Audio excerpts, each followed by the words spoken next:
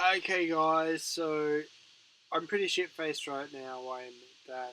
But I realise that I'm just about to polish off this bottle of scotch. There's not much left. And I haven't done a scotch review for that bottle yet. So I thought I better do that. Because I only want to do one scotch review a month. And this bottle is almost empty. So it's the Glen Roth's Speyside Single Malt Scotch Whisky, the Major's Reserve. Oop, the Major's Reserve. That's it there. Hopefully you can see it. And you can see that there's only like one finger left. So probably one more drink left out of this. Alright. So on the screen you should see the Glen Grant. That's the bottle there. So the Glen Grant single malt, single Scotch whiskey Major's Reserve, which is the same bottle that I just showed you that was almost empty.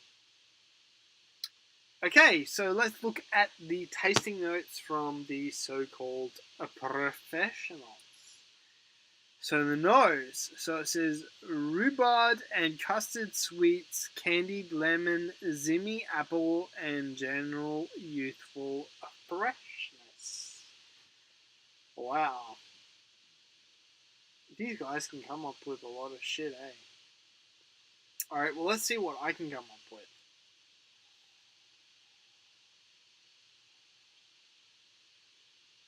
Maybe the apple and custard. I don't notice any lemon. General youthful freshness. What the fuck does that mean? I've been drinking since like 9 o'clock and it's 12:45, 55 a.m. now. So I've been drinking. I'm shit faced, basically. But what the hell is general youthful freshness mean? I don't know. I don't know.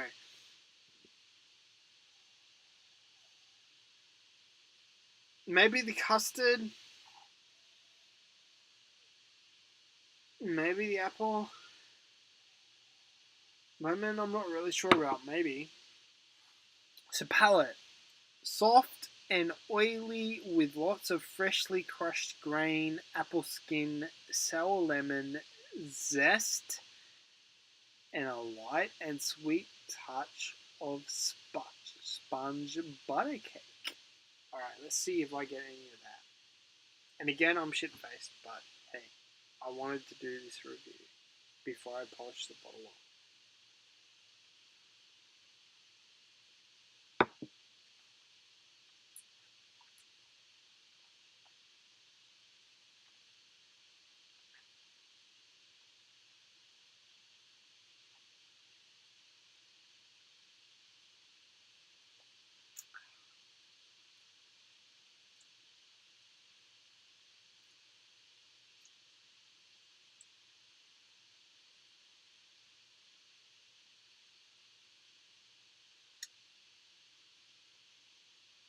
The experience I just had was nice, but I didn't get any of the palate that they just talked about.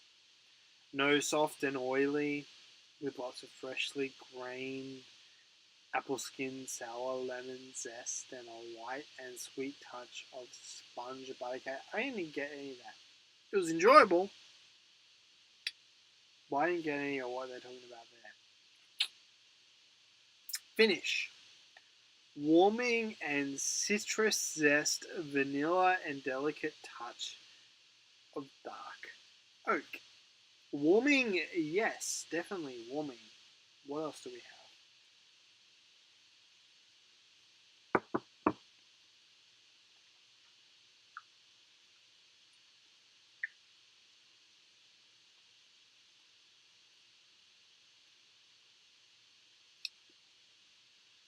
I didn't really get the dark oak. Vanilla, maybe a little bit. Citrus zest, no.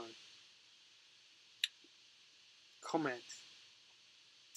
Light, fresh, and fruity. Yes, it is fruity. I get the fruity flavors. Light, yeah, maybe. Uh, a great apodrifdam. What the hell does that mean? Apodrifdam. Let's have a look. Again, I'm shit-faced right now. I admit that I've been drinking most of the night before recording this. Let's see what it says. I was clicking the top link of Google when I searched the term. Though many of us already have tried, I'm not even going to try to say that, on our official TDWC evening.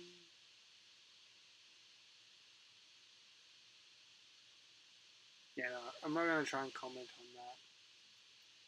on that. App, app, Aperitif Dram. Let's see. No, I'm going to go back. See what else they have to say. Oh, here we go. Let's have a look on Dan Murphy's.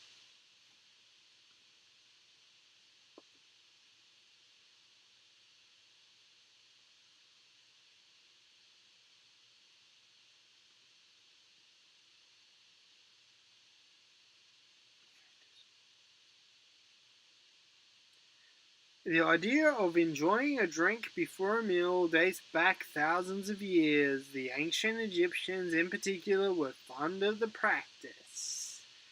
But it wasn't until the 18th century in Europe that the apéritif was made into an art form. In France, it was stated that when a doctor brewed up a special blend of genuine herbs and wine, while it was intended to help prevent malaria in French soldiers overseas, the drink's delicious flavors caught on in France after the doctor's wife had all her friends try it. All about the flavor. An aprit An aperitif doesn't need to be in any particular way from any particular ingredient, although most of them use some special mix of herbs. What's most important is the flavor. A good aperitif needs to be light and dry, even a little bit bitter. Remember, it's not about the overindulging your senses with aperitifs. Instead, the drinks stimulate your appetite with the right flavors. That's why aperitifs are generally lower in alcohol than other spirits. I'm really stopped talking about that because it just sounds like shit.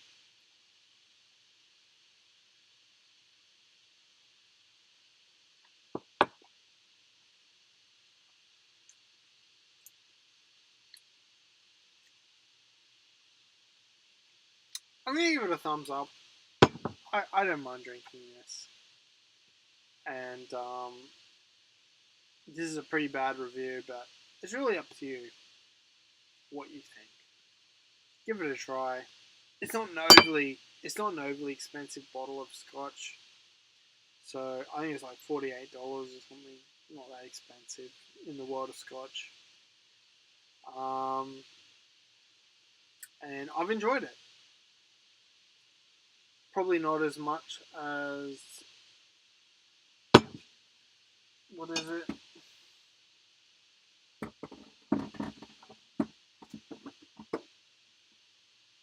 Probably not as much as the Loch Lomond. Loch Lomond was pretty good, and it's actually cheaper than this one. But the Loch Lomond, this is empty. I liked it more, but the Glen Grant Roth Speyside Single Malt Scotch Whiskey in the Majors Reserve was not too bad. I think it was like $38 or something. But certainly Loch Lomond, I preferred that over this one.